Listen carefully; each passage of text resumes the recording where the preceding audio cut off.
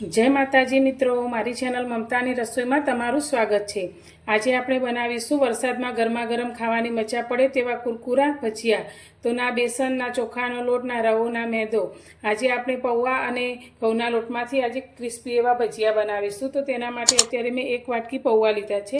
तो पौवाने आपणे एक बीजा मोटा बाउलनी अंदर लई लईशुं। तो पौवा तमे आ रीते कोई पण लई शको छो, जाडा पातळा जे पण तमारी पासे होय ते पौવાનો उपयोग तमे करी शको छो। हवे आ पौवाने आपणे 2 થી 3 पाणीए सारी रीते धोई लईशुं, जेथी तेनी अंदर रहेलो जे कचरो हशे ते बधो નીકળી जशे।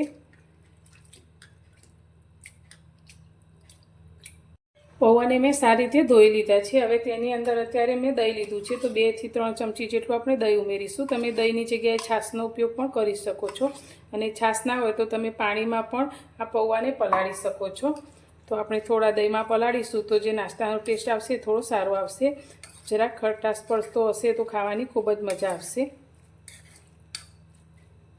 ને આ કશું જ એડ ના કરવું હોય તો તમે પાણીથી પણ આ પૌવાને સારી રીતે પલાળી શકો છો। તો પાછળથી તમે અંદર થોડો લીંબુનો રસ પણ એડ કરી શકો છો। હવે પૌવાને આપણે થોડીવાર માટે પલળવા મૂકીશું ને ત્યાં સુધી આપણે આગળની તૈયારી કરીશું। અત્યારે मैं एक मीडियम साइजનું બટેકું લીધું છે, જેની છાલ આપણે કાઢી લીધી છે। તો હવે આ બટેકાના આપણે મીડિયમ સાઇઝના એવા ટુકડા કરી લઈશું। તો આ નાસ્તો બનાવવો ખૂબ જ સરળ છે અને બનતા પણ બહુ વધારે સમય નથી લાગતો।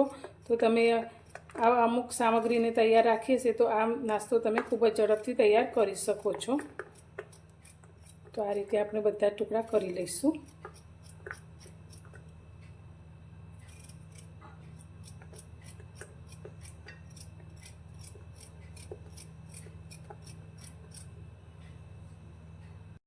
तो बटेकाना आपणे टुकड़ा करी लीधा छे। हवे अत्यारे आपणे मोटो मिक्सर जार लई लईशुं अने जारनी अंदर आपणे जे पौवाने पलाळीने राख्या छे ते अंदर लई लईशुं।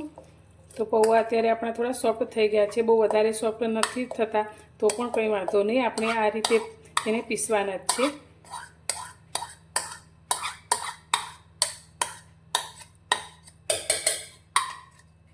हवे तेनी साथे आपणे जे बटेकाने समारीने राख्युं छे ते अंदर लई लईशुं।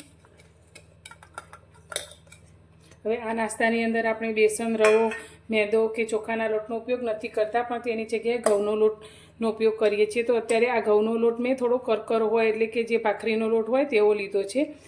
तमारी पासे जो घऊनो करकरो लोट ना होय तो तमे तेनी जग्याए झीणो लोट लई शको छो, पण झीणा लोटनी साथे तमारे 2 चमची जेटलो अंदर रवो उमेरी देवानो, जेथी तेनुं स्ट्रक्चर आ रीते थोड़ुं करकरुं थई जशे।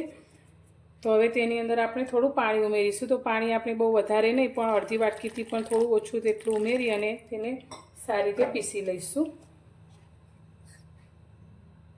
तो बधी ज वस्तुने आपणे सारी रीते पीसी लीधी छे। तो जरूर प्रमाणेनुं पाणी उमेरी अने आपणे आ रीते तेनुं खीरुं तैयार कर्युं छे। तो पाणीने बहु वधारे आपणे पहेलेथी नथी उमेरवानुं, जरूर पड़े ते रीते ज आपणे तेनी अंदर उमेरवानुं छे।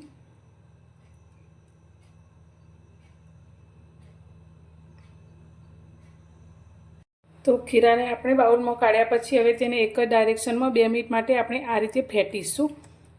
तो तमे हाथथी अथवा विस्करथी पण फेंटी शको छो। तो आ रीते फेंटवानुं कारण के आजे आपणे जे नास्तो बनावीए छीए तेमां ईनो के सोडानो बिलकुल उपयोग नथी करवानो। तो आ रीते फेंटीशुं एटले तेमां हवाना कण भराशे अने आपणो नास्तो उपरथी क्रिस्पी अने अंदरथी एकदम सॉफ्ट अने जाळीदार तैयार थशे।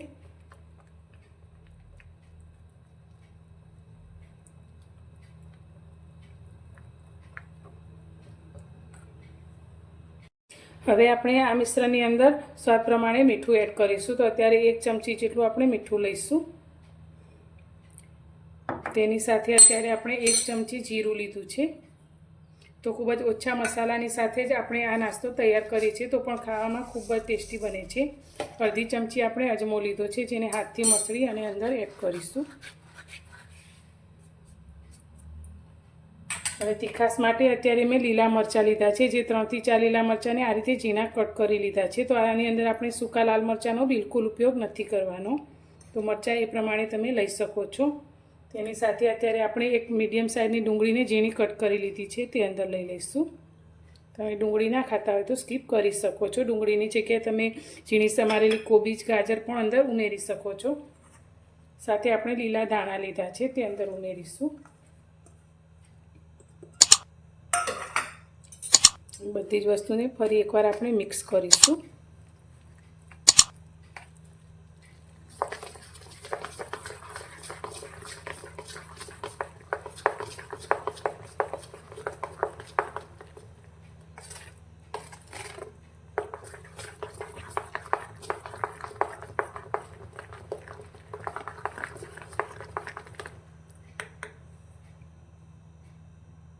નાસ્તાને તળવા માટે તેલ આપણે ગરમ કરી લીધું છે. તો તેલ આપણું સારી રીતે ગરમ થાય તેટલું ગરમ કરી હવે ગેસની ફ્લેમ આપણે મીડિયમ રાખીશું અને તેમાં આપણે નાના નાના ભજીયા મૂકીશું.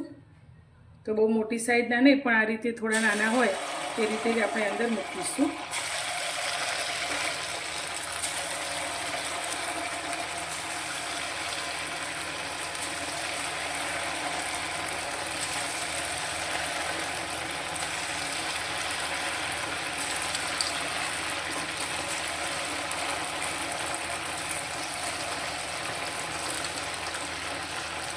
એકવાર તેલમાં જેટલા આવે તે રીતે આપણે અંદર મૂકી દઈશું અને એકદમ સરસ ગોલ્ડન રંગના થાય ત્યાં સુધી આપણે તેને તળવાના છે.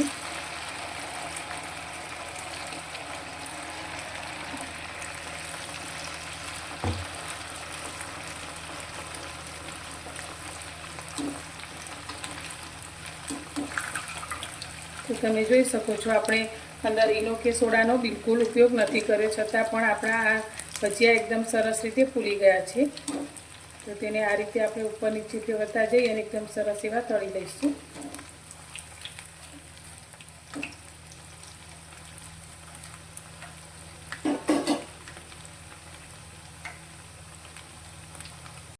તો ભજીયાને તળાતા લગભગ 5-1 મિનિટ જેટલો સમય થયો છે. તો આ રીતે ઉપર નીચે કરતા જઈ અને આપણે તેને ગોલ્ડન રંગના થાય તે રીતે તળી લીધા છે. તો એકદમ સરસ એવા ક્રિસ્પી આપણા આ ભજીયા તળાઈ ગયા છે.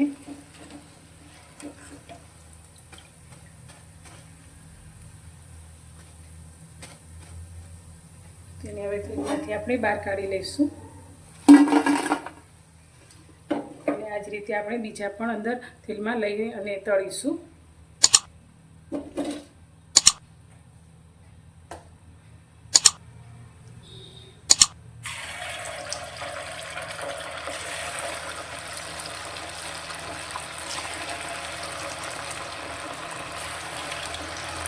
તો મિત્રો તૈયાર છે આપણા એકદમ ક્રિસ્પી અને કુરકુરા ભજીયા.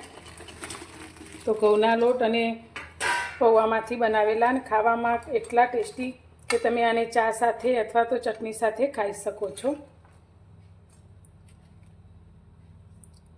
તો તમે જોઈ શકો છો એકદમ સરસ એવા આપણા ભજીયા બનીને તૈયાર થયા છે.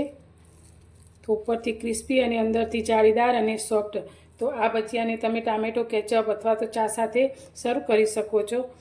તો તમને મારી આજની આ રેસીપી કેવી લાગી?